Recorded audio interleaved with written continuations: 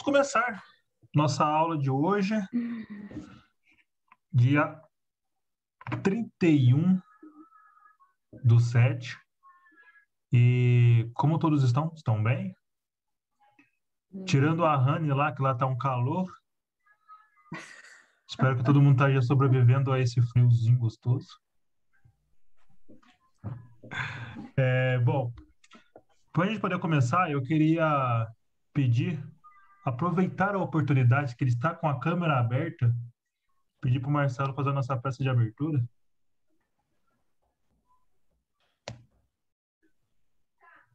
Diego, como está me escutando aí? 1, 2, 3, teste. Tá bem. Então vamos serenar nosso pensamento, colocar nosso coração na sintonia da gratidão a Deus, aos nossos amigos espirituais, por nós estarmos aqui mais um sábado em estudo, mas também em comunhão de pensamentos. Amado Jesus, ilumina nossos corações, guarda-nos das novas tentações e ajuda-nos na compreensão da Tua vontade, ajuda-nos na compreensão do trabalho em que nós estamos engajados. Permita que os bons amigos nos inspirem sempre no melhor. E hoje, em especial, abençoe a Mônica também, que suas palavras possam refletir a Tua lei, a Tua vontade, a Tua justiça, e possa nos acumular hoje de mais conhecimento, com o objetivo sempre de melhorar o nosso coração. Muito obrigado, querido Jesus, queridos amigos, mentores desse movimento, desses estudos, muito obrigado. Que assim seja. Que assim seja. Obrigado, Marcelo. Bom, antes de mais nada, aquelas famosas dicas, né? Que todas as nossas aulas elas são gravadas e se você quiser rever essa aula maravilhosa da Mônica, se ignore Baltazar ou qualquer outras aulas, é só entrar no perfil do Movimento da Fraternidade no YouTube e lá vai ter uma playlist com o nome do nosso estudo.com e lá terão todas as aulas certinhas. Ok? Então, hoje o tema é desapego, suas relações com coisas importantes e banalização. Teremos novamente a Mônica. Mônica, tudo bem contigo? Como é que você está? Tudo bem, graças a Deus, Diego. Que ótimo. E fica à vontade aí para nossa aula magnífica. Obrigada, querido. Obrigada a todos que estão aqui presentes, trazendo esse calorzinho aqui, né, para esse momento ao vivo. E já agradeço também a todos aqueles que vierem a acessar essa aula posteriormente, né, que ela vai ficar gravada. Então, eu vou compartilhar um arquivo com vocês e a gente vai acompanhando esse arquivo, fazendo algumas reflexões juntos.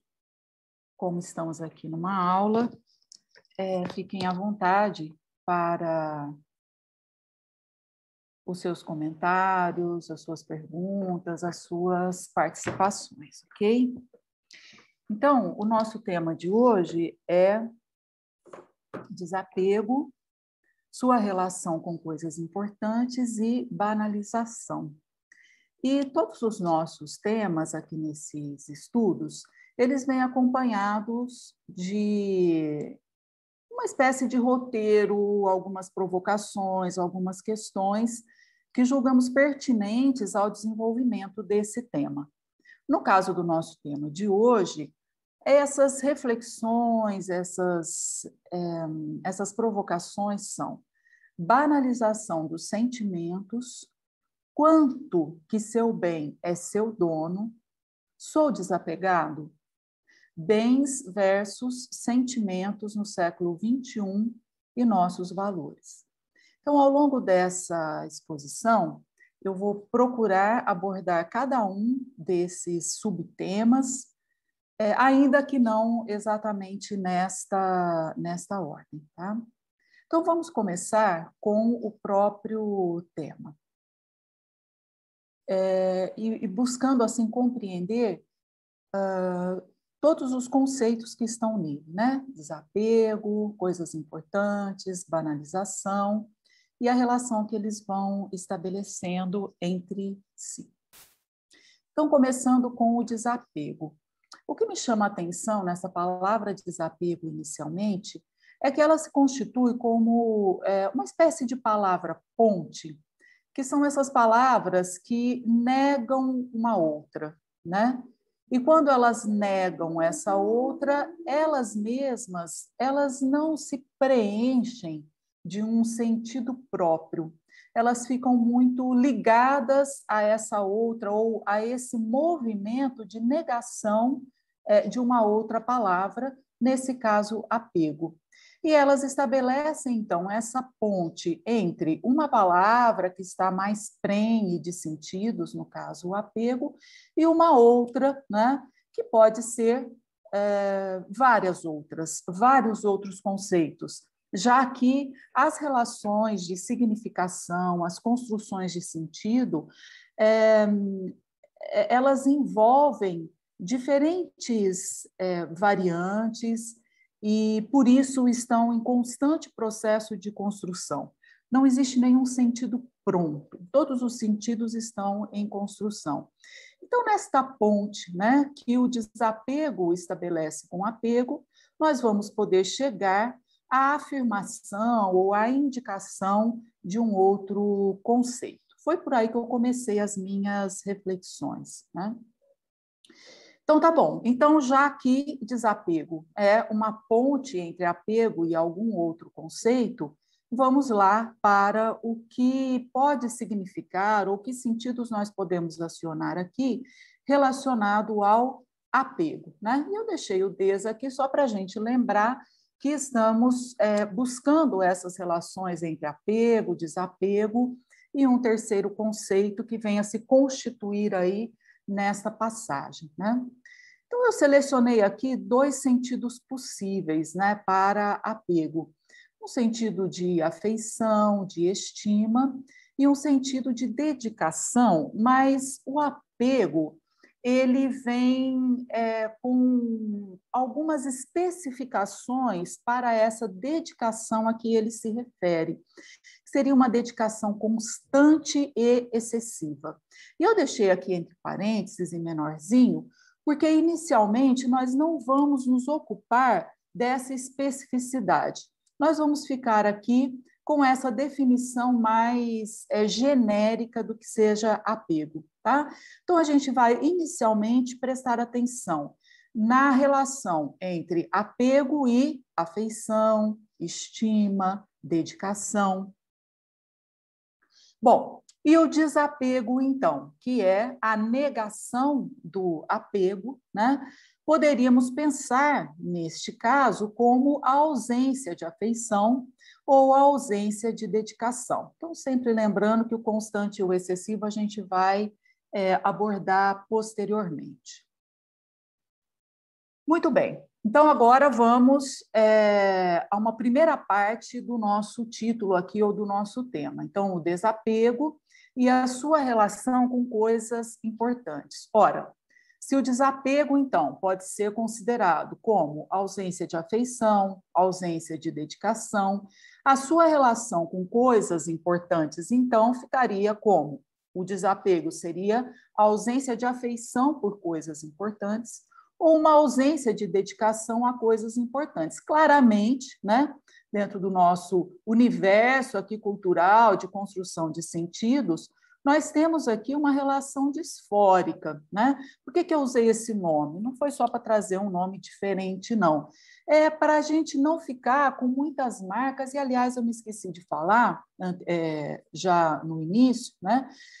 Que esse movimento de pegar um pouco a relação entre as palavras e seus possíveis sentidos, ele me parece importante para que nós não comecemos já a abordar o conceito de desapego, já trazendo, né, uma série de valores, de conceituações que a gente foi construindo, por exemplo, no âmbito do universo religioso, né? Então, vamos assim tentar limpar, né, um pouco esse terreno, né, das nossas ideologias, das nossas filosofias, né, daqueles conceitos ou daqueles universos conceituais que já nos constituem, né? Vamos tentar limpar um pouquinho isso e abordar as palavras e os seus sentidos assim da maneira um pouco mais isenta, né? Muito bem. Então, por isso também essa palavrinha aqui, disforia, né? Para a gente não ficar de cara com aquela conceituação ou com aquela predicação aqui de que nós não termos afeição por coisas importantes ou não nos dedicarmos a coisas importantes é uma coisa ruim, é uma coisa que remete ao mal, é uma coisa que merece, então, um julgamento negativo, né? Por isso, essa palavra disforia. Então, nos parece que não nos afeiçoarmos ao que seja importante ou não nos dedicarmos ao que seja importante, isso nos coloca em um movimento disfórico, ou seja, num movimento de tensão, um movimento desconfortável em relação a coisas importantes, né? Que, no limite, pode gerar em nós reações assim até de afastamento, de negação, de não desejarmos estar em conjunção com aquilo que seja importante.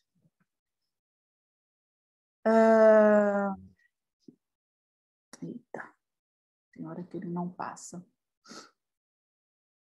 E a relação entre o desapego e a banalização, né? Seguindo esse mesmo raciocínio, então, na relação entre desapego e banalização, eu poderia pensar na ausência de afeição por coisas banais ou na ausência de dedicação a coisas banais. E aqui nós vamos ter um movimento exatamente o contrário, né? Um movimento de euforia, um movimento que me coloca numa situação mais confortável, que parece que é mais aceitável, né? É bom que eu não me afeiçoe ou que eu não me dedique a coisas banais. E agora vamos pensar, então, no título ou no nosso tema de uma maneira geral, né? Inteiro. Então, desapego, sua relação com coisas importantes e banalização. Né? Ora, se o desapego em relação àquilo que é importante, que é considerado importante, gera, né, um movimento disfórico, quer dizer, não me parece bom, não me parece desejável, não me parece desconfortável o desapego em relação a coisas importantes, sempre compreendendo aqui o desapego como a ausência de afeição, a ausência de cuidado, pelo contrário, né?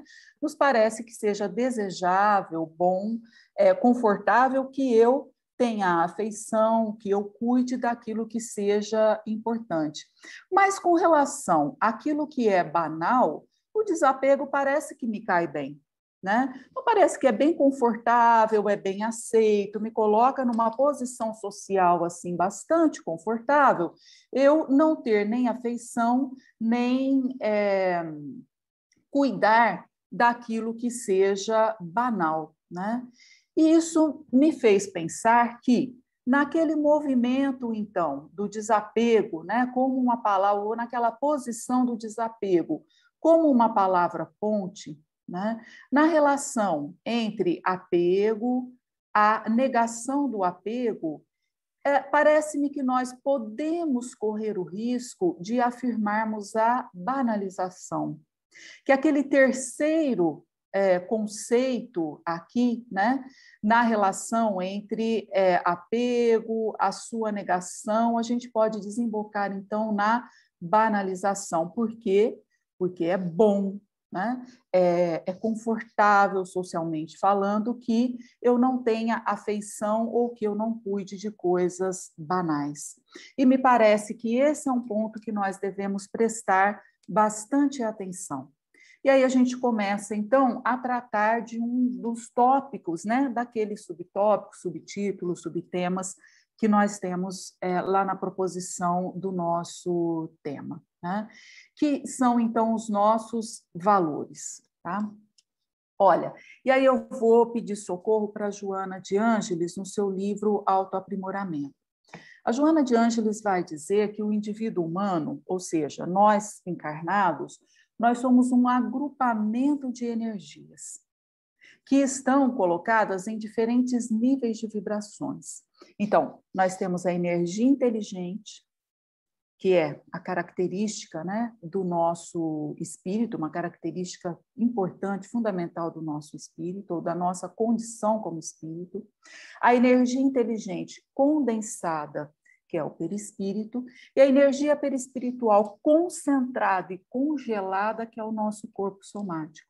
Então, vamos observar que tudo é energia, e tudo provém da energia inteligente que, organizada em diferentes níveis de vibração, nos coloca nessa situação de indivíduo encarnado, né? E por aí nós vamos compreender, então, que a espiritualidade, ou os valores relacionados à espiritualidade e à materialidade, não são dois conceitos que se contrapõem. Não se estabelece uma relação contraditória entre espiritualidade e materialidade, diferente, por exemplo, do que acontece com apego e desapego. Em apego e desapego, eu tenho uma relação conceitual contraditória, em que apego tem lá os seus conceitos e desapego vem negar aqueles conceitos inerentes ao apego. Entre espiritualidade e materialidade, não. Tanto espiritualidade quanto materialidade possuem a sua própria conceituação, possuem os seus próprios valores. Eles não se contrapõem, mas eles se opõem, no sentido de que eles vão ocupar pontos extremos aqui de um eixo de possibilidades, de um eixo semântico que pode conter inumeráveis conceitos. Por exemplo, a gente pode pensar na nossa existência nessa relação entre a espiritualidade e a materialidade. Podemos pensar no progresso, evidentemente, que se coloca nas inúmeras relações que vão se estabelecendo aqui nesse eixo entre a espiritualidade e a materialidade. E nós vamos podendo ocupar, e certamente que ocupamos em diferentes momentos da vida, da existência, da encarnação, diferentes pontos aqui nesse eixo entre a espiritualidade e a materialidade. De maneira que, possivelmente, há momentos em que vamos nos ocupar mais, talvez, de valores que sejam materiais, e há momentos em que teremos condições de nos dedicar mais a valores que sejam da ordem da espiritualidade. Então, é fundamental pensarmos que não temos valores aqui que estão se contrapondo, mas valores que estão se opondo e compondo todo um eixo de possibilidades absolutamente necessárias para a vivência do indivíduo humano encarnado. E essa relação entre a espiritualidade e a materialidade, ela é constitutiva de nós mesmos encarnados, né? Porque nós trazemos em nós mesmos a energia inteligente até essa energia perispiritual concentrada, congelada, que vai constituir o nosso corpo somático, que é essa manifestação material do nosso ser e estar no mundo encarnado. Bom, se não existe, então, contraposição entre esses valores, é fundamental, então, não é um se contrapondo ao outro, um negando ao outro, é fundamental nós compreendermos, então,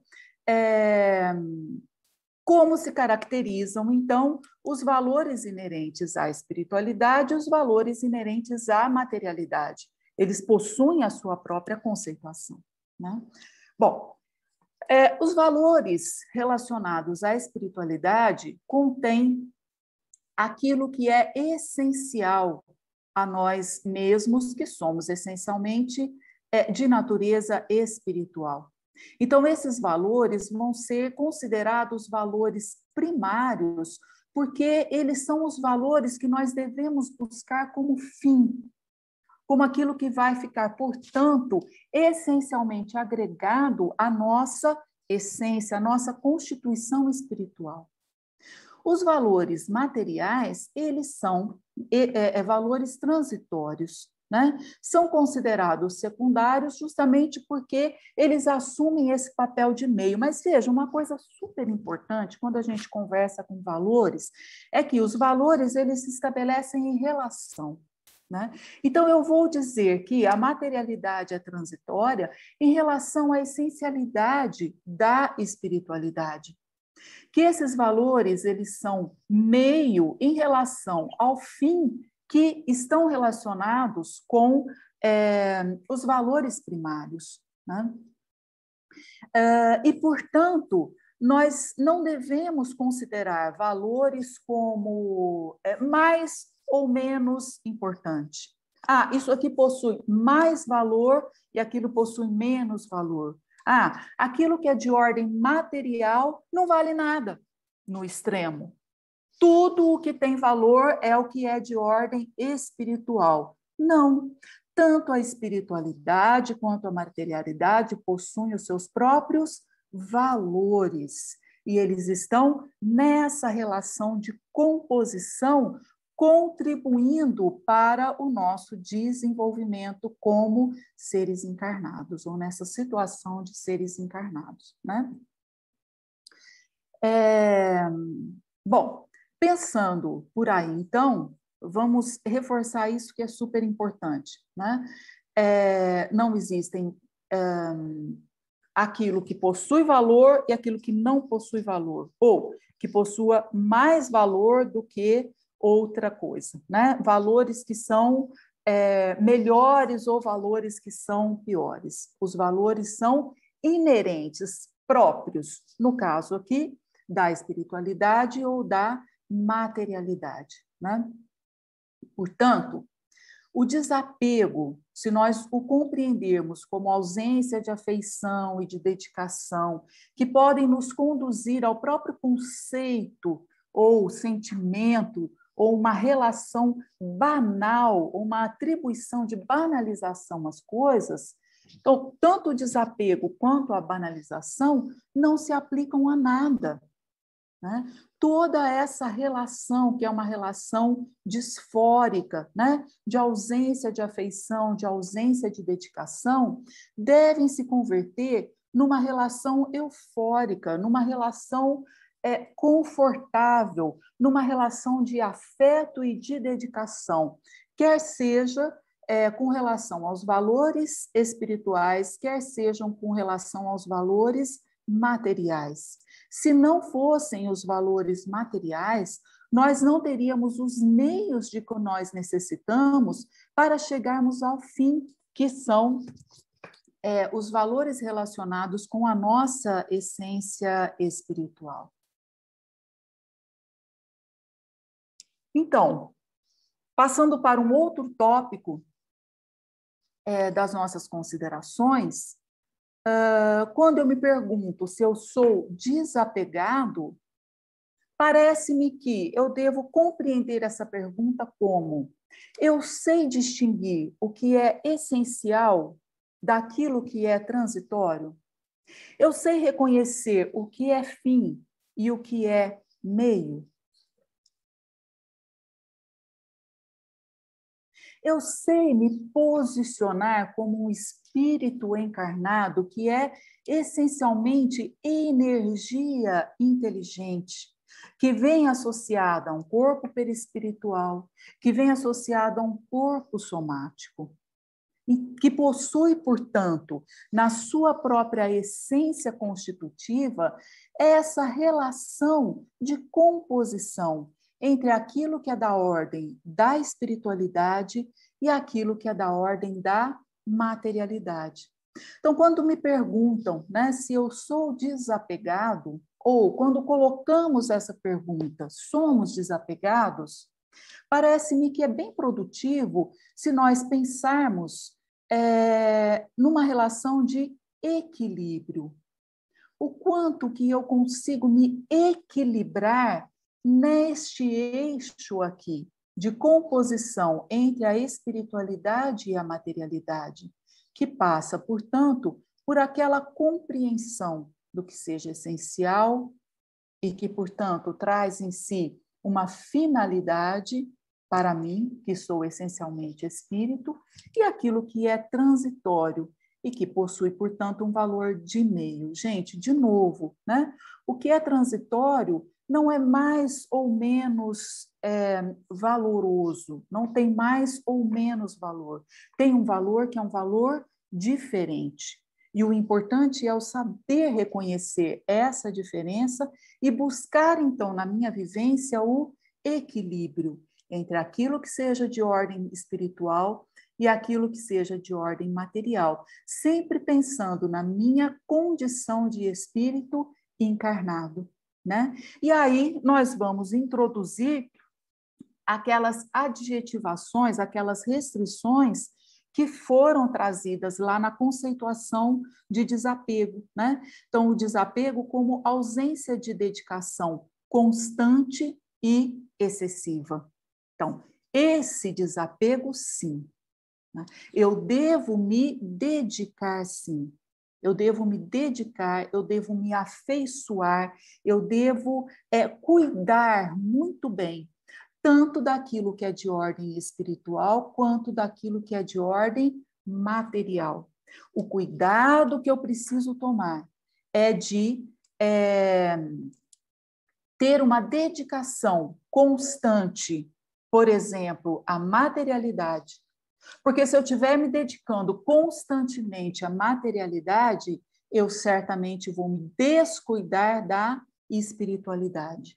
Agora, se eu me dedicar constantemente aos valores que sejam de ordem espiritual, eu aqui encarnado, eu estarei desconsiderando aqueles valores que são de ordem material e dos quais eu preciso, na verdade, para poder angariar, desenvolver, potencializar, trazer a lume os meus valores de ordem espiritual, né?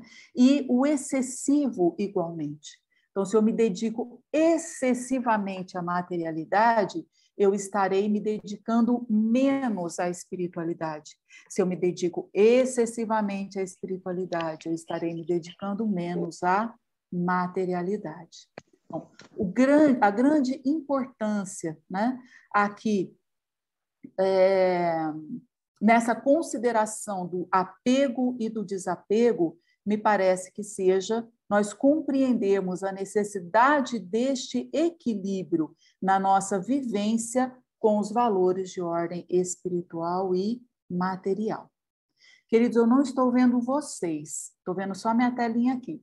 Eu escutei um barulhinho de microfone, de tal maneira que, se alguém quiser fazer algum comentário, é só falar, ok?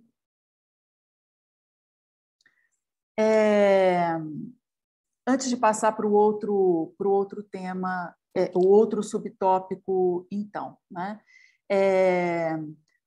As questões de ordem material, elas envolvem desde aquelas que são as mais mais materiais mesmo, né? No sentido de objetos, objetificadas, como as coisas. Vamos pensar no dinheiro enquanto espécie mesmo. Vamos pensar em bens como um carro, uma casa, joias, aquelas coisas que a gente possui. Mas isso chega também às nossas formas de organização social, inclusive a nossa própria família, né? Então, vamos pensar que a nossa organização familiar, ela diz respeito a esse âmbito da materialidade do nosso ser encarnado, né? E que é transitório também, portanto. Claro, O que não é transitório é aquilo relacionado com o afeto, com o sentimento, com o amor, com o respeito, todos esses valores que são de ordem espiritual, que a gente vai desenvolvendo, por exemplo, no âmbito familiar. Mas aquela forma de organização, quem é pai, quem é mãe, quem é irmão, etc., essa forma de organização, ela vai se alternando, ela é transitória também, né? Então, a minha mãe não foi minha mãe e possivelmente não será minha mãe, ou não necessariamente, em próximas vivências que nós teremos, né? Então, essa materialidade aqui eu estou compreendendo como tudo aquilo que seja de ordem, então, da forma de organização que nos recebe aqui no mundo encarnado, ou nessa forma encarnada, né? Então, desde as posses, daquilo que é mais material, até as nossas formas de organização social, o emprego que eu tenho, por exemplo, a minha formação, né? Profissional, tudo isso diz respeito a esse âmbito da materialidade, no sentido de que tudo isso diz respeito a condições, são meios, né? São meios para que eu vá desenvolvendo os meus valores que são de ordem espiritual. Tá? Muito bem. Um outro tópico, então, é a banalização dos sentimentos. Eu pensei que essa banalização dos sentimentos chega a ser um paradoxo. Vamos entender um pouquinho juntos aqui o que é que eu mesma estou entendendo como esse paradoxo. Então, voltando rapidamente, né?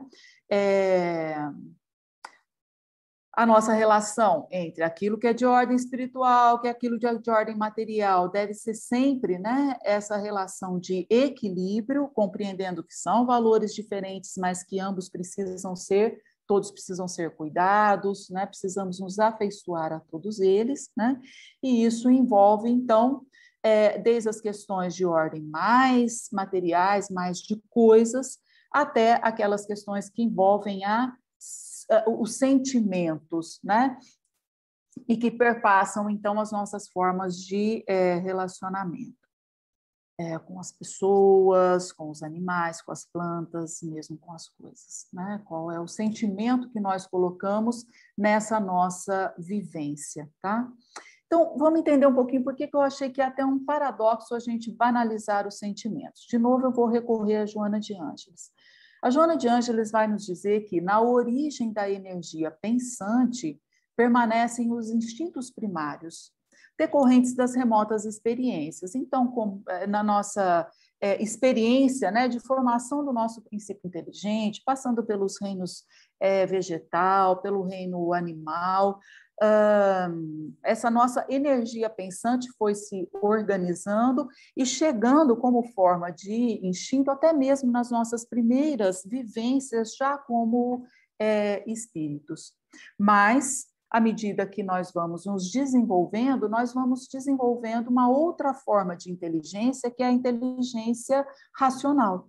E quando já estamos nessa fase da racionalidade, esses instintos primários, eles vão se exteriorizar não apenas mais como eles se exteriorizam, por exemplo, ou eles se manifestam, por exemplo, na vivência do reino animal, em que os instintos estão todos relacionados às necessidades de preservação da matéria, né?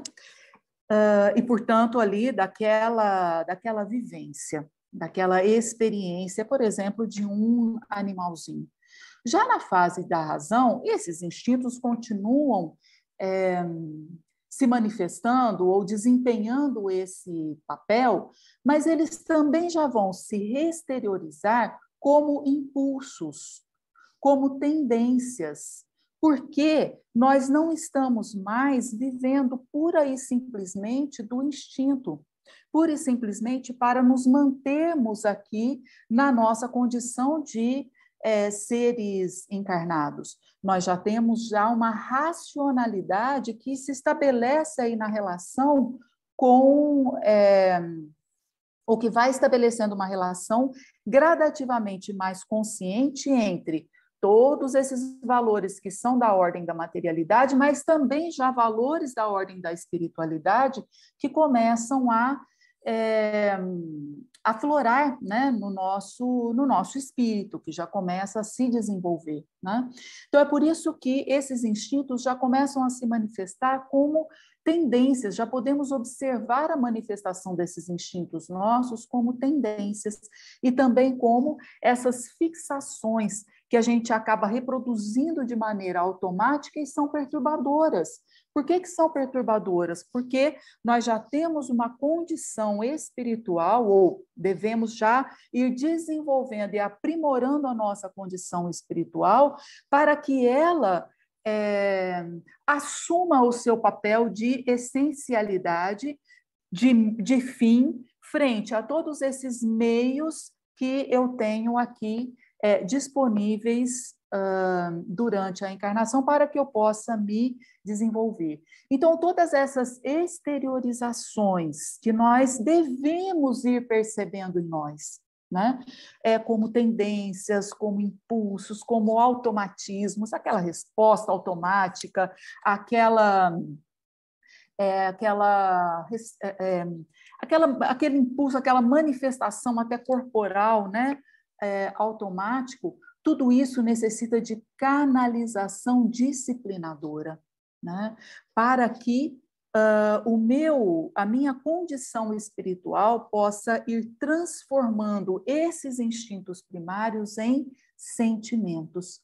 Então, os sentimentos gradativamente precisam ir sendo conduzidos pelo meu raciocínio, e aí esses instintos eles vão conviver com a minha inteligência racional e vão começar a se depurar, ou me auxiliar a depurar a área dos sentimentos. Isso já não provocando mais danos, não provocando mais perturbação.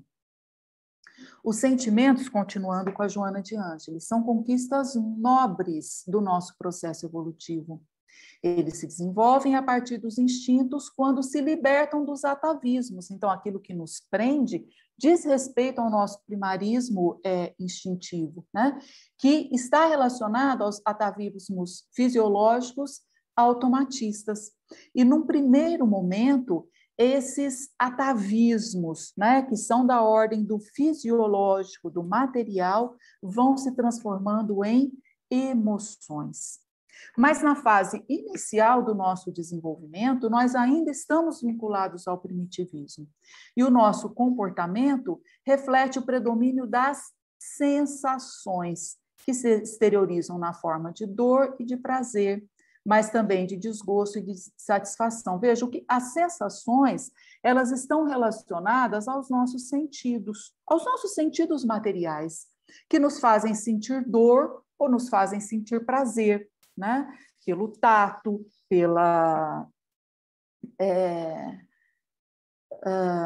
aqui, né, o prazer pela audição, pelo paladar, né?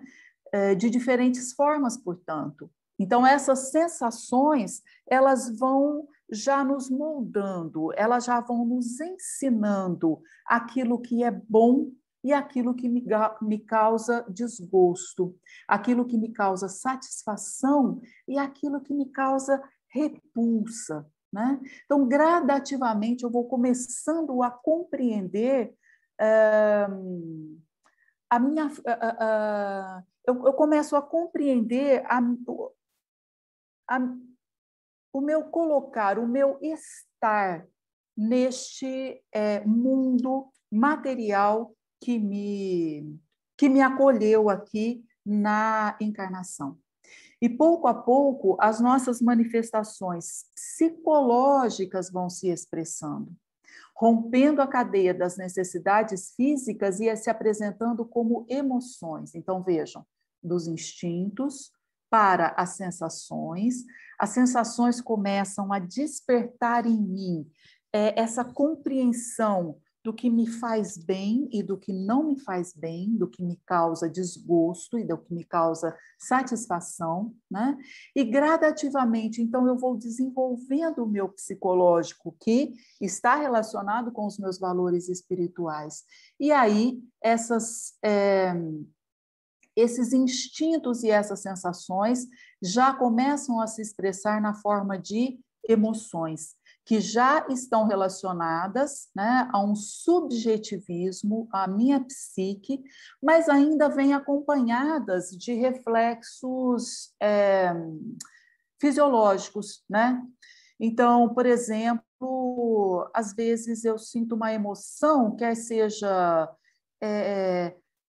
que me causa, ou, vamos melhor dizendo, às vezes eu sinto uma sensação que me é satisfatória ou que me gera desgosto, e isso se expressa na forma de choro, por exemplo, né?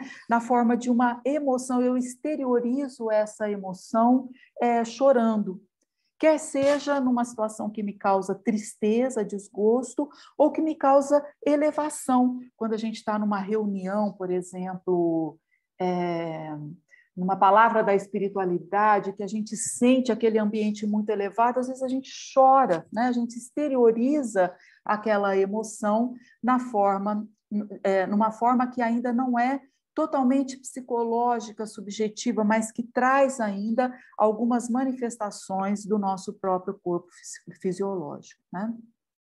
Nesse processo todo, né, nós iniciamos aqui, né, nesses atavismos, como prisioneiros dos desejos imediatos e grosseiros da sobrevivência. Tá? Então, e por isso o instinto é super importante, né? Porque ele nos garante a sobrevivência. Mas nessa fase, já como espíritos, nós temos apenas percepções da harmonia, do equilíbrio, das alegrias que não decorrem apenas do estômago ou do sexo. Então, vejam como gradativamente, né, a gente vai se libertando dessas sensações, por exemplo, de satisfação que venham do sexo, que venham da alimentação, que venham de qualquer outra forma que se relacione diretamente com o meu corpo somático, e gradativamente eu vou desenvolvendo mais as questões de ordem psicológica, emocional, espiritual. Muito bem. Então, as emoções, elas podem se expressar nesse meu desenvolvimento como cólera, ciúme, paixões perturbadoras, que são remanescentes do nosso período primário, em que a gente tem necessidade, por exemplo, de estabelecer um domínio, né, para que eu possa gerar a perpetuação da minha espécie, por exemplo, né? E com isso se manifestam relações de força, de supremacia de um sobre o outro, por exemplo, né? Agora, já na fase humana, já na fase de desenvolvimento da racionalidade, já não cabem mais essas expressões. E em nós, então, isso já vem assim matizado como cólera, ciúme, que são emoções que são perturbadoras, né? E por que isso acontece? Porque nesse nosso largo trânsito, né, pelos impulsos do instinto, nós fomos nos condicionando. E por isso nós precisamos reprogramar todo esse nosso condicionamento. E para isso nós temos a racionalidade. Né? Nós desprogramando ou reprogramando esses nossos condicionamentos, nós poderemos alçar as nossas emoções, elevar as nossas emoções, para que elas possam superar essas cargas de desejos, essas cargas de utilitarismos que estão relacionados a uma vivência que seja apenas da ordem do material. Que quando a gente transitava apenas pelo instinto, era tudo o que nós tínhamos. Mas já com o desenvolvimento da razão, não. A gente já compreende algo que seja transcendente ao material, que é da ordem do espiritual. E por isso a gente vai reprogramando e vai desenvolvendo, né, as nossas emoções de maneira que elas vão se tornando superiores. e vão então nos enlevando para a beleza, para a estesia, para a essência das coisas, para a essência da vida, né? Eu me lembro aqui daquela nossa aula sobre as artes, lembram-se, né? Então, isso não vai acontecendo independentemente da nossa própria vontade, independentemente da ação dos nossos valores espirituais em relação com os nossos valores materiais. Então, do instinto primário aos sentimentos, nós temos todo um processo evolutivo demorado no tempo, né, que consome assim um largo tempo, que consome muitos esforços e que precisa necessariamente de muito aprofundamento. Só trazendo aqui, né, uma observação ou, né, um conceito de Lázaro, né, que nós encontramos no Evangelho segundo o Espiritismo, num texto chamado Lei de Amor, né, em que Lázaro vai nos dizer que o amor resume toda a doutrina de Jesus, porque é o sentimento por excelência. E os sentimentos são os instintos elevados à altura do progresso realizado. No nosso ponto de partida, nós só temos instintos. Quando nós avançamos mais e nos corrompemos, o que é esse corromper aqui, gente? Esse corromper nós vamos nos avançando e vamos nos compreendendo, vamos nos envolvendo mais com a materialidade e, com isso, nós vamos compreendendo melhor a nossa relação com a materialidade e as sensações que são agradáveis ou desagradáveis. Aí nós vamos nos instruindo, nos purificando, ou seja, nós vamos sobrepondo valores de ordem espiritual a toda essa transcendência da matéria, e aí nós vamos desenvolvendo os nossos sentimentos, e o amor é o requinte do sentimento. E eu trouxe Lázaro aqui para nos introduzirem, então, nesse auge do nosso desenvolvimento, que é, chegando à fase do sentimento, nós desenvolvemos em nós o amor, né? E voltando a Joana de Ângeles, então, para libertarmos o amor, é imprescindível racionalizarmos, descondicionarmos o nosso subconsciente, retirando dele, então, todos aqueles condicionamentos, os instintos, das sensações e mesmo das emoções ainda não organizadas, né? Ainda perturbadoras em nós. Somente quando canalizado pela mente e pelo conhecimento, o amor se agiganta, se constitui o objetivo do mecanismo existencial e é capaz de se libertar dos efeitos rigorosos dos instintos. Não tem aqui como nós não nos lembrarmos das duas asas de Emmanuel, né? Essa relação entre o sentimento e a racionalidade. De novo, né? Não são conceitos que tragam valores que se contraponham, mas que, na verdade, se compõem e, se compondo, eles nos levam ao nosso desenvolvimento. É com ele que nós podemos alçar, né, voo no nosso processo, nessa relação, né, harmoniosa, que nós podemos alçar voo aí do nosso processo evolutivo. Tá? Então, o amor é certamente o primeiro e o mais importante sentimento a romper o presídio dos instintos. Embeleza a existência, proporcionando vida psíquica e emocional enriquecedora. O amor é o alicerce mais vigoroso para a construção de uma personalidade sadia, por ser a origem de um comportamento equilibrado, por propiciar a satisfação estética das aspirações e porque estimula o desenvolvimento das faculdades de engrandecimento espiritual que dormem nos tecidos sutis do nosso eu profundo. Acho que são desenvolvimentos de tudo que a gente veio considerando até aqui, né? Então, eu espero com isso, na verdade, ter compreendido eu mesma, né? Porque que me parece um paradoxo a gente pensar em banalizar os sentimentos. Ora, é impossível nós termos o sentimento como algo comum, trivial, sem importância. Ele é o auge do nosso desenvolvimento. Né? Negar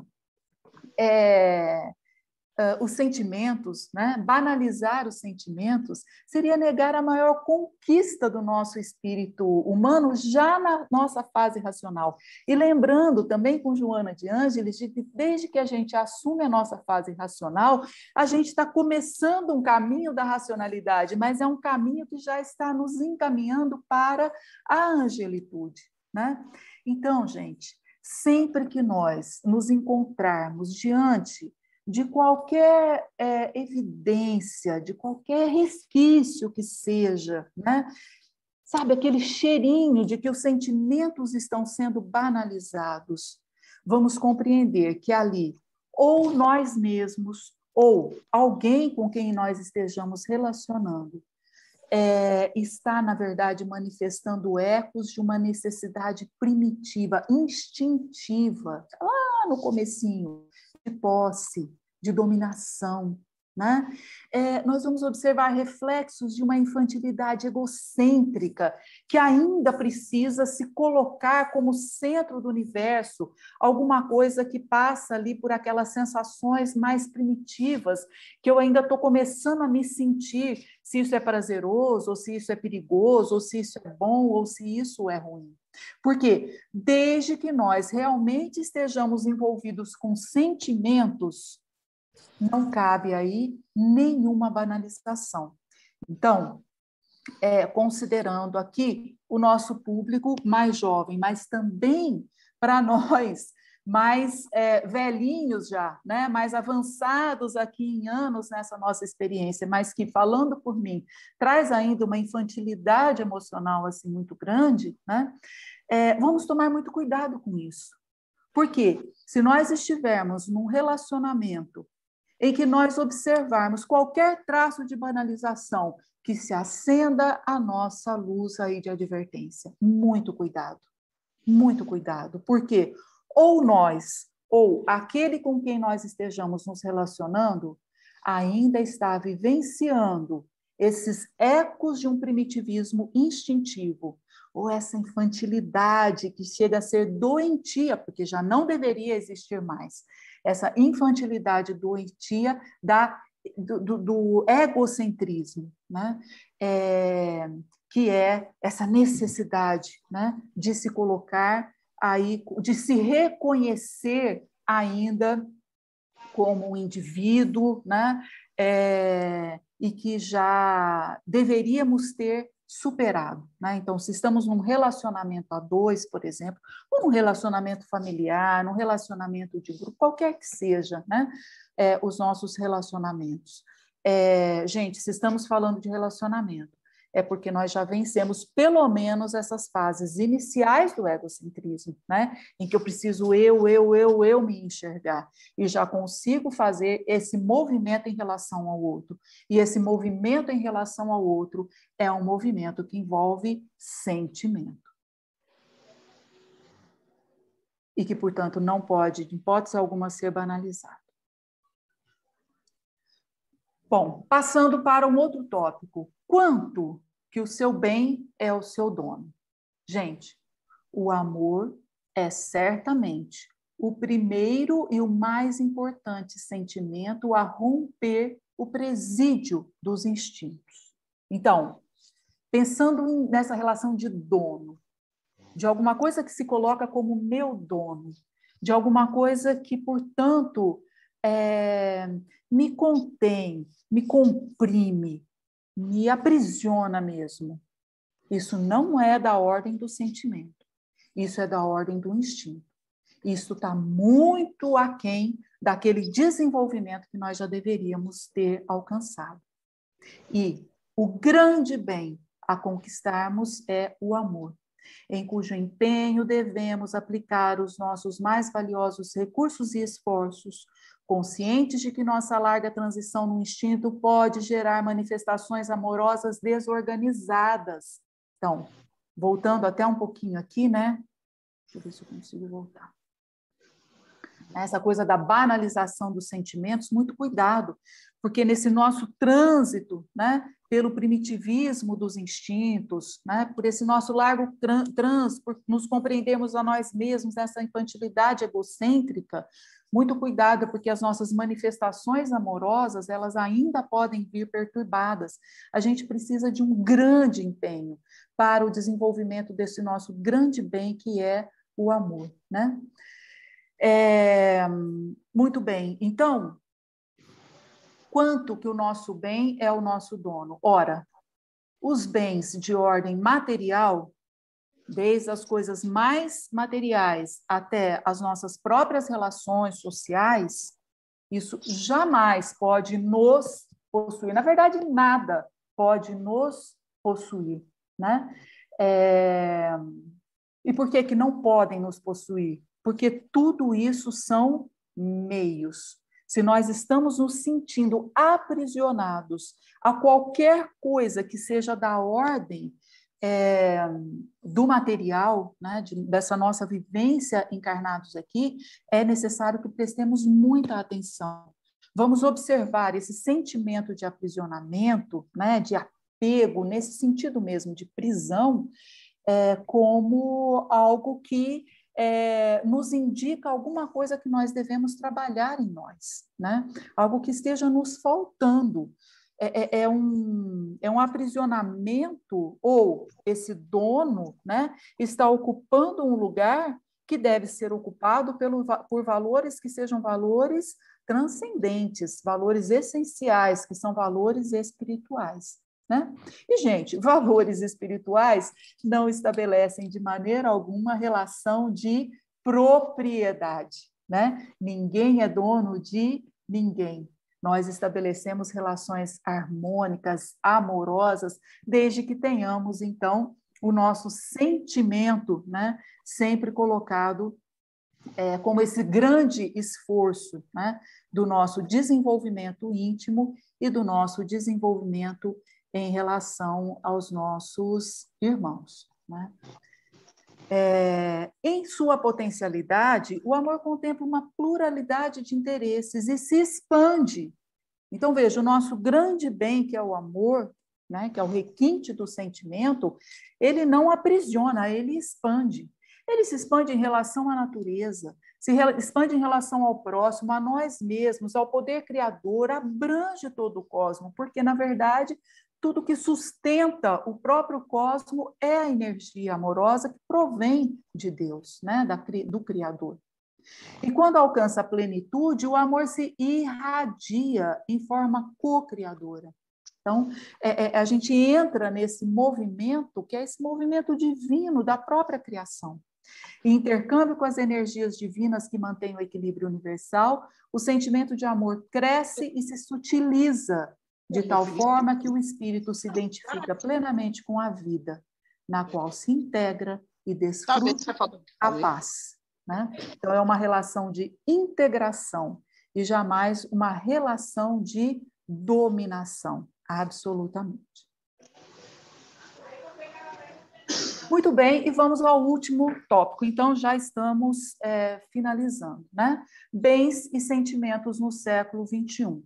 Queridos, século XXI nos coloca, né, abertamente, claramente, nesse período transitório para uma fase intermediária, né? Então, nós estamos numa fase de transição para uma fase de transição, né? Que é essa fase de regeneração. Por que ela é transitória? Porque é esse momento que nós vamos nos recompor. É como se, fazendo uma analogia aí, nós estivéssemos enfermos, né? E estivéssemos ali, a regeneração é a fase ali de recomposição, né? Nós estamos nos refazendo de um período de enfermidade, para daí a gente reassumir a nossa vida, a nossa saúde plena, né? E nós vamos, então, ou estamos nessa fase, né, adentrando aí um mundo de regeneração, em que a gente vai poder repousar, ou vai poder recompor, melhor dizendo, das nossas lutas íntimas, em busca da vitória sobre o nosso atavismo primário, em busca de compreensão sobre a harmonia que deve reger a relação entre as forças espirituais e as forças materiais. Então, foi uma luta imensa de cada um de nós, para a gente vencer as nossas primeiras encarnações, irmos que aí já foi lá no mundo, nos mundos primitivos, né? E compreendendo, então, as nossas relações com a matéria, avançando para esse mundo de provas e expiações e chegando àquela sutilização, né, da qual Joana de Ângeles nos fala, para que a gente possa sentir melhor agora esses ecos do belo, do bom, da estesia, da vivência do sentimento, dessa força co-criadora, tudo isso.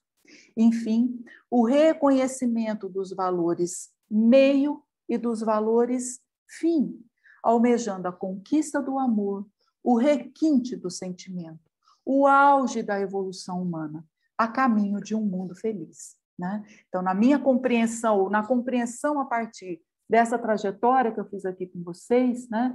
Bens e sentimentos agora no século XXI deve ser para nós o coroamento de toda essa trajetória em que nós fomos nos desvencilhando das forças instintivas, chegando às forças do sentimento, compreendendo, então, os valores da materialidade em relação aos valores da espiritualidade e, com isso, né, sempre muito agradecidos a todas as condições da materialidade, aprimorarmos, fazermos fluir o melhor que existe em nós, o requinte do sentimento, que é o amor.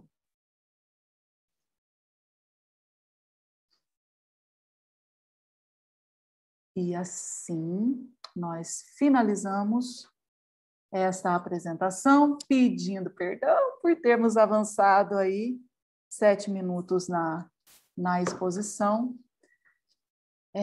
E vocês não me interromperam, eu não sei se vocês gostariam agora de fazer alguma consideração.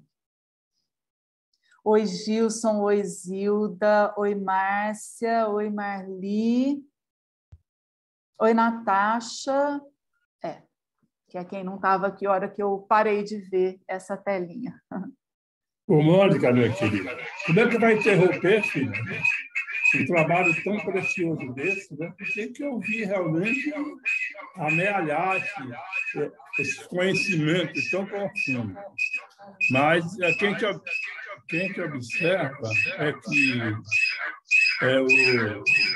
a desmaterialização das coisas materiais é relativo à espiritualização de cada ser humano, não é verdade? Ele vai se desmaterializando, vai evoluindo, então os fatores materiais perdem a sua substância. Não é que ele tem que existir, mas para o espírito, né, já é algo assim, até um pouco supérfluo, não é verdade? O desapego, olha, desapego e apego, realmente, como você falou, coisa difícil, porque tudo tem sua necessidade, não é verdade? Temos as coisas materiais para nutrir, não é verdade? As nossas perspectivas espirituais, né? Através dela que a gente vai, né? Suprindo, né? Certo? Então, o apego e desapego é muito relativo. Desapegar demais se torna-se um indivíduo alheio até a própria evolução, não é verdade?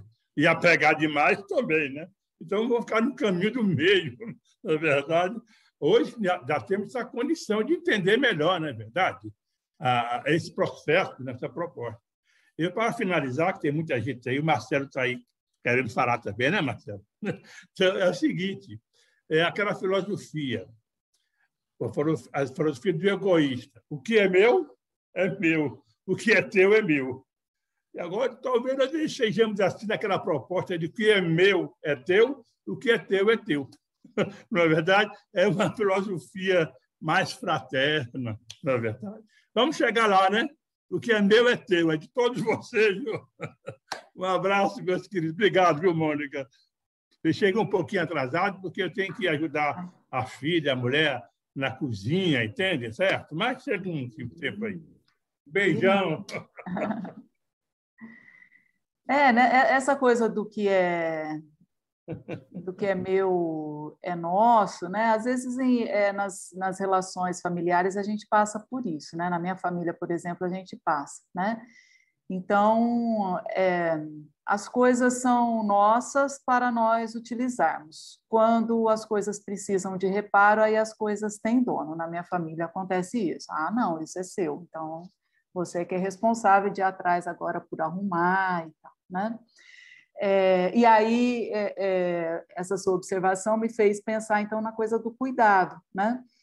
Então, nós devemos cuidar de tudo, né? Com muito carinho, com muita dedicação, compreendendo aquilo que é da ordem essencial, que é de ordem essencial, aquilo que é de ordem transitória, evidentemente, né? Mas os recursos materiais, eles possuem o seu valor, né? Então, não valem mais ou não valem menos ou deixam de valer. Não, eles possuem o seu valor, que é o seu valor próprio.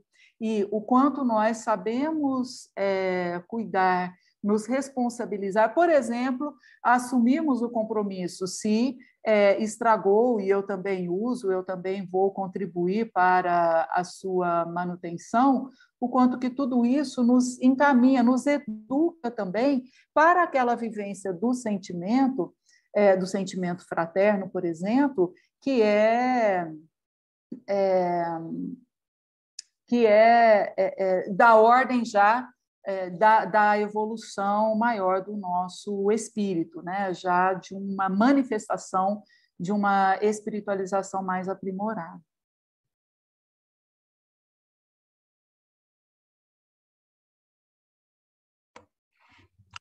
Pessoal, queria só deixar um comunicado que quem quiser, né, sentir aquela vergonhinha de abrir a câmera, abrir o áudio e falar e quiser fazer o seu comentário aí no chat, a pergunta no chat, fica à vontade.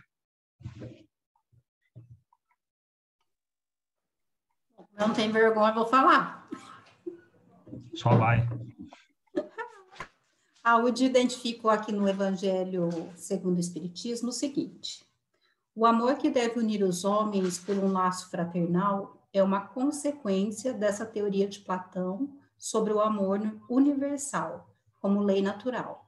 Sócrates tendo dito que o amor não é um Deus, nem mortal, nem um grande demônio, quer dizer, um grande espírito presidindo o amor universal, esta afirmação lhe foi, sobretudo, imputada como crime. Então, a gente pensando aqui na questão do amor, realmente, eu estou falando a partir do entendimento que eu estou tendo aqui, é que o amor, ele é para todos, soberano, e ele não tem uma identidade. Ele é a essência de Deus, na minha concepção. Porque a partir do momento que a gente põe identidade, põe julgamento, coloca valor, ele passa a não ser amor. Ainda o amor.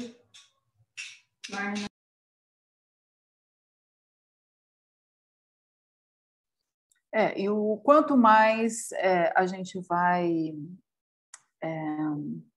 conseguindo desenvolver, se aprimorar em direção à vivência do amor, que como essa energia, né, que define a própria divindade, é evidente que a gente tem aí toda uma caminhada eterna, né, para conseguirmos ir desenvolvendo, compreendendo como seja esse sentimento. Aí a gente, o máximo que nós temos sempre, né, é a lembrança de Jesus, né, que inclusive nos disse, né, para nós nos amarmos uns aos outros como Ele próprio nos amou. Né? Então, a tendência, eu ia falar a tendência do amor, mas a nossa, acho que é melhor assim, a nossa tendência, à medida que a gente vai conseguindo desenvolver, se aprimorar e desenvolver esse sentimento em nós, fazer aflorar esse sentimento que é latente em nós, a nossa tendência certamente que é a tendência de expansão, sem dúvida nenhuma. Tanto que em algum dos momentos ali, né, do que eu trouxe, a Joana vai falar da força co-criadora e também dessa identificação que o amor vai estabelecendo com absolutamente tudo, né? Comigo mesma, com o meu irmão, e reconhecendo um pouco a maneira de Francisco de Assis, né? Toda a criação como irmão.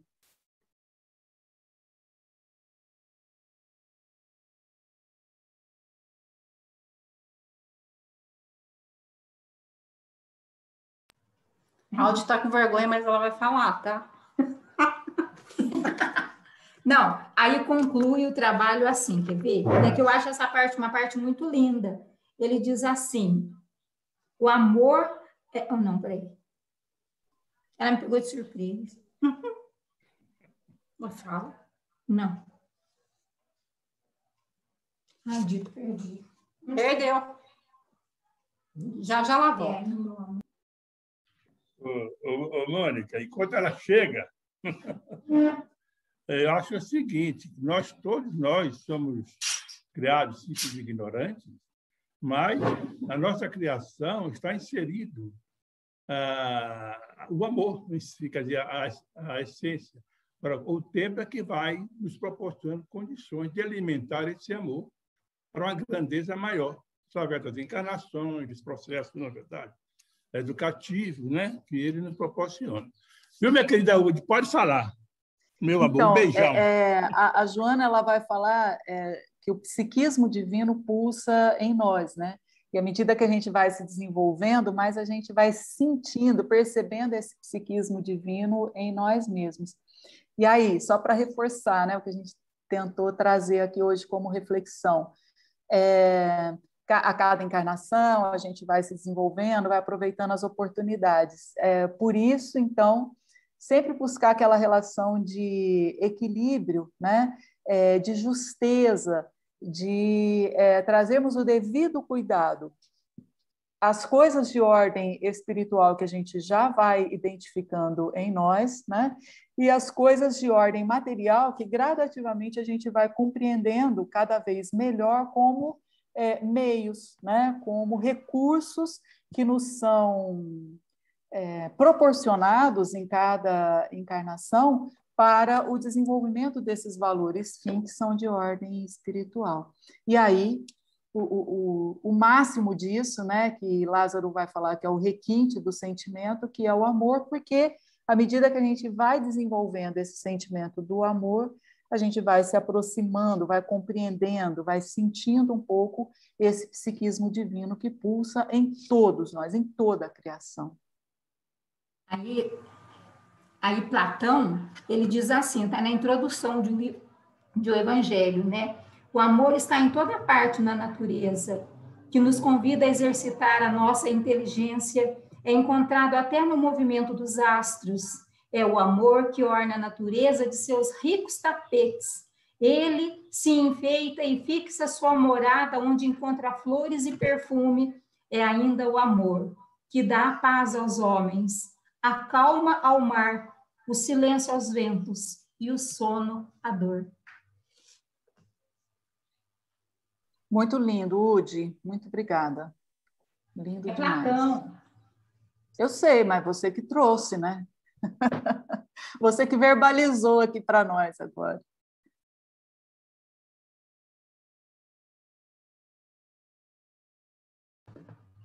Ô, Mônica, lembrando que quando a gente estava fazendo o roteiro desse item, você lembra que o Diego falou assim, mas não tem muita coisa a ser dito? Mas existe muita coisa envolvida, sentimento envolvido, libertação, abrir os olhos para uma nova verdade, está tudo muito relacionado. Viu, Diego? Tá, sim.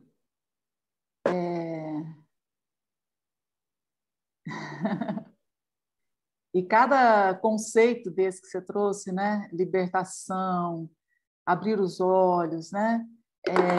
Compreender uma nova verdade, ou pelo menos expandir um pouco, né? Para a compreensão da verdade. Tudo isso são assim conceitos que neles mesmos a gente pode se aprofundar e deve, né? Muito. E assim, gente, é muito importante. A gente está se observando o tempo todo, né? Observar o outro também, no sentido não de ficar cuidando da vida do outro, nada disso, mas naquele sentido que a gente trouxe um pouquinho atrás, que é a coisa da banalização do sentimento, né? Então vamos lá, observar em nós mesmos e nos nossos relacionamentos, né? O quanto que a gente ainda precisa se libertar, porque nós trazemos ainda resquícios dos instintos, resquícios do egocentrismo, né? Essas etapas, elas não estão definitivamente vencidas, né? E isso tem a ver com essa vivência, como é que é mesmo que era o tópico? Desapego no século... Peraí, deixa eu pegar aqui. Bens e sentimentos, né, no século XXI.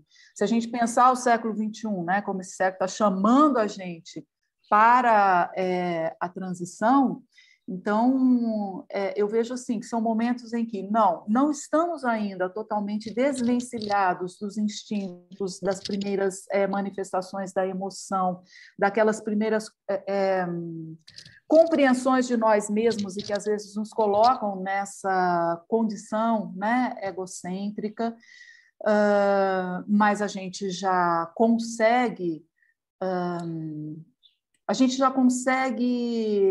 entrever o belo, o bom, né? A gente já consegue entrever valores transcendentais em meio a tudo isso. Então, eu acho que esse século XXI ele está nos chamando, então, a essa vivência do equilíbrio.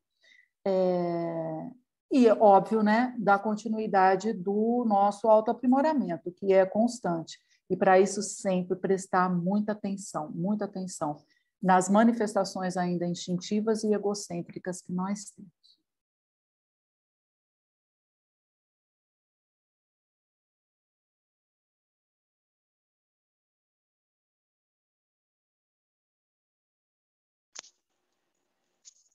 Mônica, boa tarde. Deixa eu fazer uma pergunta. Você falou muito de instinto primitivo, que a gente tem essa coisa de falar até mesmo coisas sem pensar, né? Então, a gente tem que trabalhar para a gente sempre melhorar. Mas como fazer isso? Porque é difícil, muitas vezes, né? Ainda mais quando a gente é impulsiva. Olha, o que eu acabei de dizer, né? A gente desenvolver essa autoobservação. E aí não tem como eu não me lembrar, né, daquela orientação de Santo Agostinho, né? Também está no Evangelho, né, gente? Que fala que todo dia, antes de dormir, que a gente observe, né, como foi o nosso dia, todo o bem que eu consegui fazer, todo o mal que eu consegui evitar ou não evitar. E se eu tiver alguma dúvida, eu devo lançar a mão, né, daquela projeção para o meu irmão, né? Se o meu irmão tivesse feito isso com relação a mim, eu iria gostar ou não? Eu não iria gostar. Então, o próprio fato da gente falar eu sou impulsivo, isso significa que você já tem condição de fazer uma avaliação a respeito de você mesmo, das suas atitudes, né? E à medida que você vai avaliando isso e vai considerando aspectos que você gostaria de modificar, então você vai se propondo alguns mecanismos para você modificar, né? Eu vou te dar um exemplo. Na minha vivência como professora,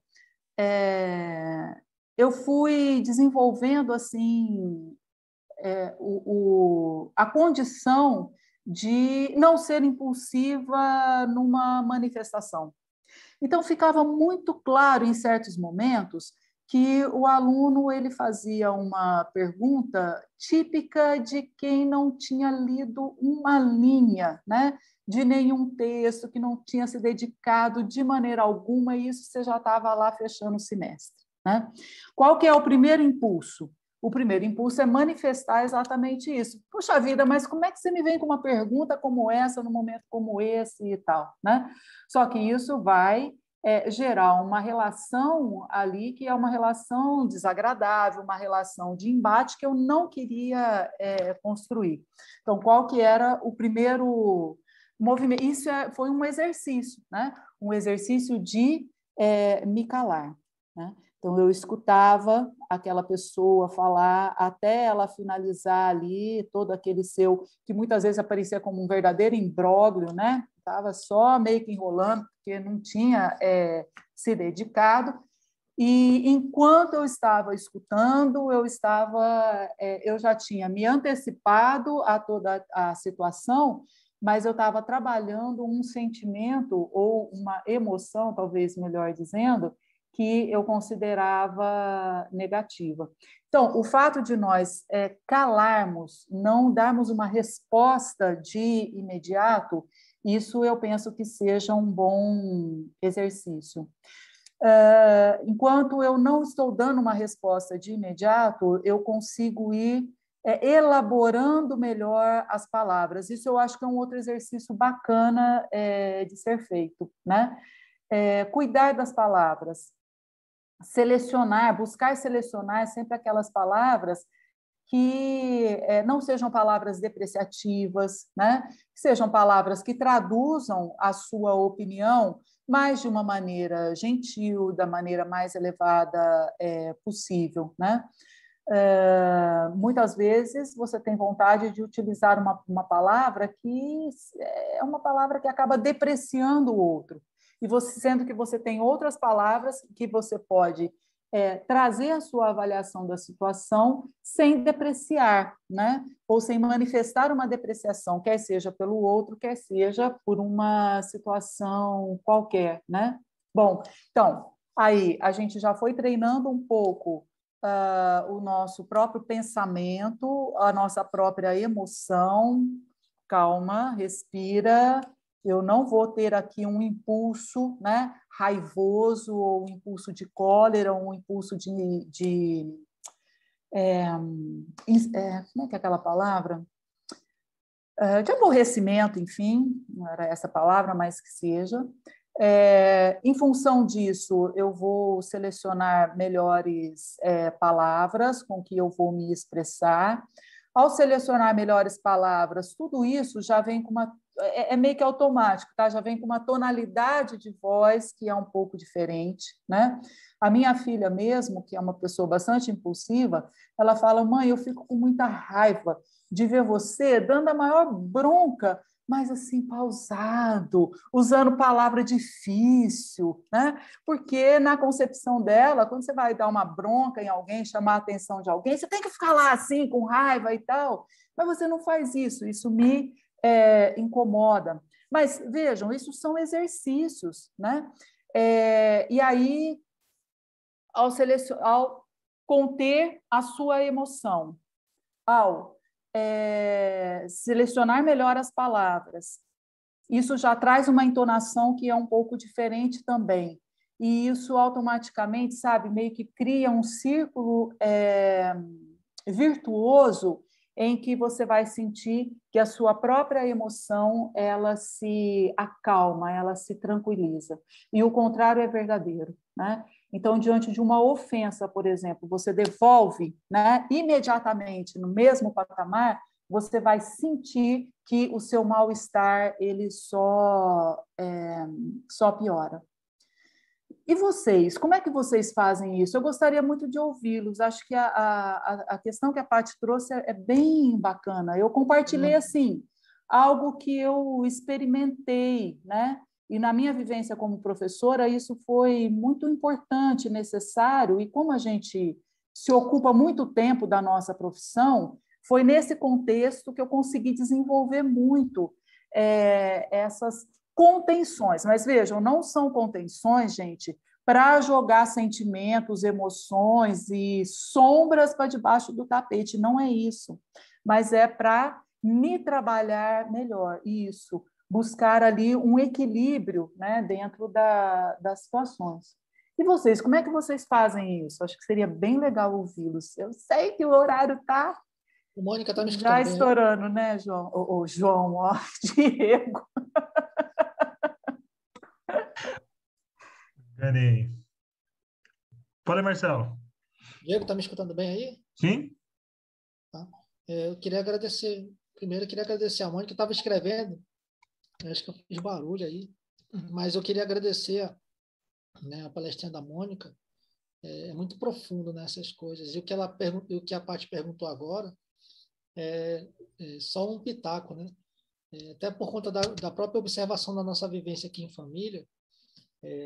Eu tenho uma hipótese, né, com relação a esse negócio da impulsividade, né? Daí, como é que lidar com esses impulsos, né, da gente?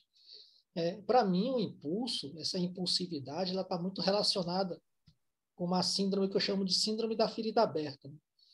Quando a gente tem uma ferida, a gente quer se afastar, né? Quer se afastar porque a gente não quer que ninguém toque, porque a gente tem medo de machucar, de doer, né? Então a gente fica, não me toca porque tá doendo, né? Então, quando a gente tem essa síndrome da ferida aberta nos sentimentos, é a mesma coisa. A gente não quer que ninguém chegue. Se alguém chega, ainda mais chegar sem cuidado, a gente dá um tapão, se afasta, dá um chute, porque não quer que ninguém fira a gente, né? E é muito importante que a gente tenha essa observação, se a gente não tem ferida aberta nos nossos sentimentos, porque às vezes a gente está num estado constante de dor, né? E qualquer coisa que chegue perto da gente faz a gente devolver com violência, porque a gente não quer sentir mais dor, né? Então a gente está, e isso é uma situação de estresse muito perigosa, né? Então muitas vezes eu me peguei nessa situação. Eu estou muito sensível e se alguém chega, pá, eu dou outro, né? É capaz de numa situação de equilíbrio eu acabar de passar por na casa, sair entrando alguém com o pé na lama, com o pé de lama, e eu não fazer nada, porque eu estou tão tranquilo, estou tão feliz. Mas se eu estiver naqueles dias, com a ferida aberta, pisar ali, eu já dou logo uma vassourada nas pernas, que é para não aprender a fazer de novo, né? Então, essa impulsividade, eu acho que tem muito a ver com essa questão da gente estar não vigilante com essas feridas dos sentimentos, né? E se isso é um estado constante que a gente alimenta, aí é todo dia, né? E a convivência fica até difícil, porque a gente não sabe como é que a pessoa vai reagir quando a gente falar alguma coisa que não concorda, né? Então, é nesse sentido que eu, pelo menos do meu ponto de vista, eu entendo um pouco da impulsividade, né? E só para terminar, eu não ia falar algumas coisinhas que eu não vou falar tudo, não. Mas a doutrina espírita é justamente a ferramenta, né, o processo pedagógico, para a gente entender a que a gente precisa se apegar e a que a gente não pode se apegar mais, né?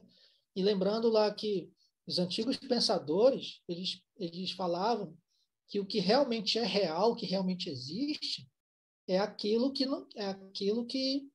que permanece, né? No nosso mundo, o que permanece, né? A gente permanece a vida, o corpo, as pessoas, a casa, né? Não permanece. Então isso não tem caráter de real, né? Os antigos pensavam assim. Então o que é real hoje, né? O que permanece? O espírito, né? E é por isso que a doutrina espírita ela tem excelência, né? Em inculcar no nosso sentimento, no nosso coração, o que realmente é real, que é o Espírito e Deus, né? E aí sim, com base nos valores espirituais, neles se apegar, né? Porque são os valores eternos, né? Que são os valores que a Mônica comentou hoje, né? Obrigado, pessoal. Desculpa aí. Obrigada, Marcelo. Pegando esse exemplo do pé sujo, né? Então, primeiro, se eu tenho aqui uma ferida aberta, e todos nós temos, né? Todos nós temos feridas abertas, todos nós temos dificuldades, inseguranças, incertezas, coisas mal resolvidas, sombras, todos nós temos, né? Então, isso é bem legal, Marcelo, da gente observar em relação aos nossos impulsos, às nossas reações, tá? Então, peraí. Por que essa situação, esses acontecimentos caem sobre mim como um verdadeiro ataque, né? Que história é essa? Então, voltar-se para si mesmo. E aí, Paty, à medida que todos, né? À medida que a gente vai se avaliando, porque isso exige coragem também, né? A gente precisa ter coragem para se avaliar, para verificar, coragem e humildade, e verificar aquilo que é frágil em nós, aquilo que está errado em nós, aquilo que a gente não aguenta mais em nós, etc., né? À medida que a gente vai verificando isso, é o primeiro passo fundamental, reconhecer, para daí a gente começar a trabalhar, né? E essa coisa do pé sujo. Claro que não é agradável, né? Pô, acabei de limpar, você me entra com o pé sujo? Cara, você não tem noção, né? Não tem noção. E aí, então, quem sabe não seja o momento, e aí, né, essa relação entre os valores, né? Então, a casa não tem um valor essencial. A casa é transitória, né? A casa limpa, a casa suja. E casa, então, não tem nada mais assim que não se fixa, né? Que nem a casa. Você acaba de arrumar, já tem uma bagunça ali, a coisa é impressionante, né? Essa tendência ao caos, ela é inerente, né? Às nossas casas, né? Então, mas o fato disso não ser essencial não significa que simplesmente eu vou deixar passar. Por quê? Porque não é o pé sujo em si mesmo, né, que é o que deve ser considerado ali, mas o fato de você não ter respeitado, né, o trabalho que alguém fez, né, o esforço de alguém. E essa falta de respeito poderá ser com muito cuidado, com muito carinho, ser trabalhada ali com aquela pessoa, né, por exemplo. Então, a depender da nossa condição, do nosso equilíbrio, a gente consegue, né? Pode conseguir respirar fundo, né? Vencer aquele primeiro impulso, que é dar logo um safanão nessa criatura, gritar com ela, pega logo o rodinho e vai limpar isso daí, ou você vai pegar o rodinho, você vai limpar aqui, mas sabe por quê? Porque você agiu de maneira desrespeitosa, isso não se faz, blá, blá, blá, blá, né? Mas são exercícios, gente. Vai ter momento que o nosso impulso vai fazer a gente dar logo uma vassourada na pessoa, né? Mas... Mônica, realmente é um exercício difícil, né? Difícil. Eu, geralmente, quando alguém fala alguma coisa, eu quero responder de imediato. De imediato, Não é?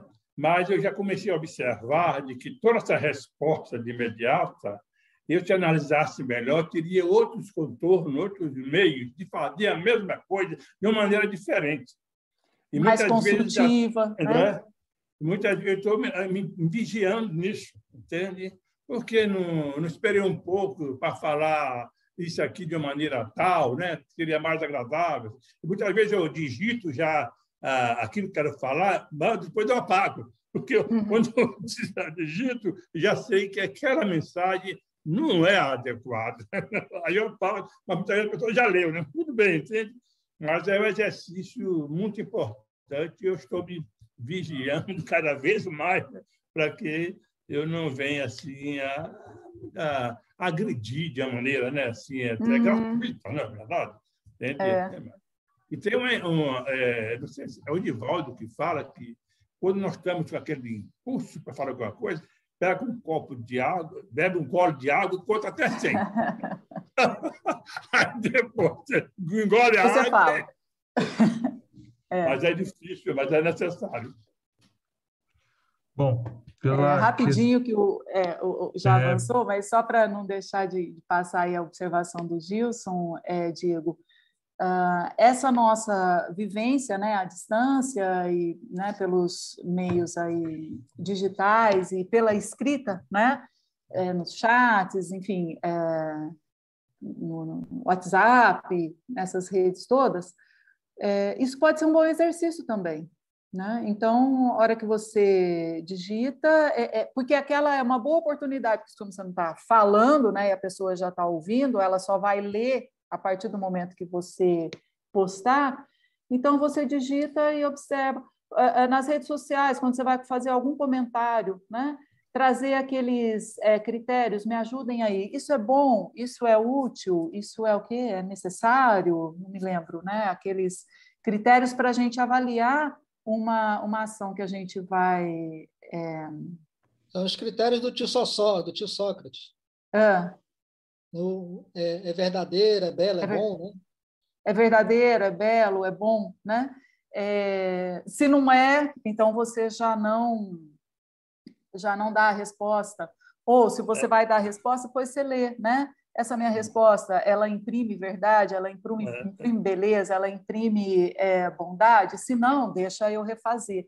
E à medida que você vai trabalhando essas suas formas de manifestação escrita, isso pode te ajudar, com certeza, nas suas formas de manifestação oral também. Será que eu ouvindo aquilo que estou escrevendo, alguém falando para mim, eu gostaria?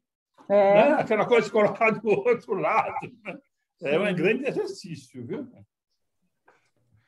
Então, pela questão do horário aí, a gente vai se encaminhando para o encerramento, né? O horário é material, A rapaz. professora que está dando aula é excelente, os alunos estão todos engajados, mas tudo tão bem. Ô, Gilson, vai estar na minha Deu tela. sinal, né, da aula, pelo amor de Deus, essa mulher não vai sair da sala. Ô, Gilson, aproveitar estar na minha tela aqui, todo lindo, maravilhoso. Faz a nossa peça de encerramento, por favor. Como é que é, né? Faz a peça de encerramento, por favor, já aproveitar estar na minha tela aqui, todo lindo, maravilhoso.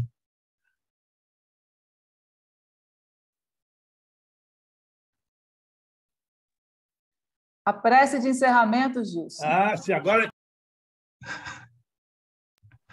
Vamos fazer com muito carinho. Senhor Jesus, gratidão, mestre, por estarmos neste momento a convite da espiritualidade amiga para um trabalho de aperfeiçoamento interior. Agradecemos carinhosamente nossa irmã Mônica por nos oferecer conteúdo que vai nos trazer, que nos trouxe melhores condições de entender a vida por um prisma mais espiritualizante. Agradecemos, Jesus, por este contato amigo, por esse momento de fraternidade. Agradecemos, Jesus, por estarmos unidos em torno desse objetivo maior, que é o nosso crescimento espiritual. Com todos esses agradecimentos, agora é hora de colocarmos à disposição da espiritualidade para podermos realizar algo, para podermos dar a nossa contribuição, para podermos vivenciar esses princípios. Assim sendo, Jesus, vamos orar com muito carinho, com aquele sentimento de fraternidade, a prece dominical que tu nos ensinaste há mais de 2000 anos atrás. Pai nosso que estás no céu, glorificado seja o vosso nome, venha a nós o vosso reino. Seja feita a vossa vontade, assim na terra como em toda parte. O pão nosso de cada dia, dai-nos hoje sempre, Senhor. Perdoai nossas ofensas, assim como nós soubemos perdoar aos nossos ofensores. E não deixeis de cair em novas tentações. Livra-nos, ó Pai, de tudo, porque sabemos que tu és o poder, o reino e a glória para todos sempre. E assim seja. Desculpe, meus irmãos, para ele ficar quieto. E a Deus nos abençoe. Pessoal, muito obrigado pela presença de todos. Mônica, muito obrigado pela aula. Foi sensacional. E até semana que vem, no mesmo horário, às 14 horas. Deus quiser. Tchau, tchau. Deus quiser. Tchau, tchau. Obrigada, queridos. Beijo. Obrigada, obrigada. Tchau. Muito Tchau. bom.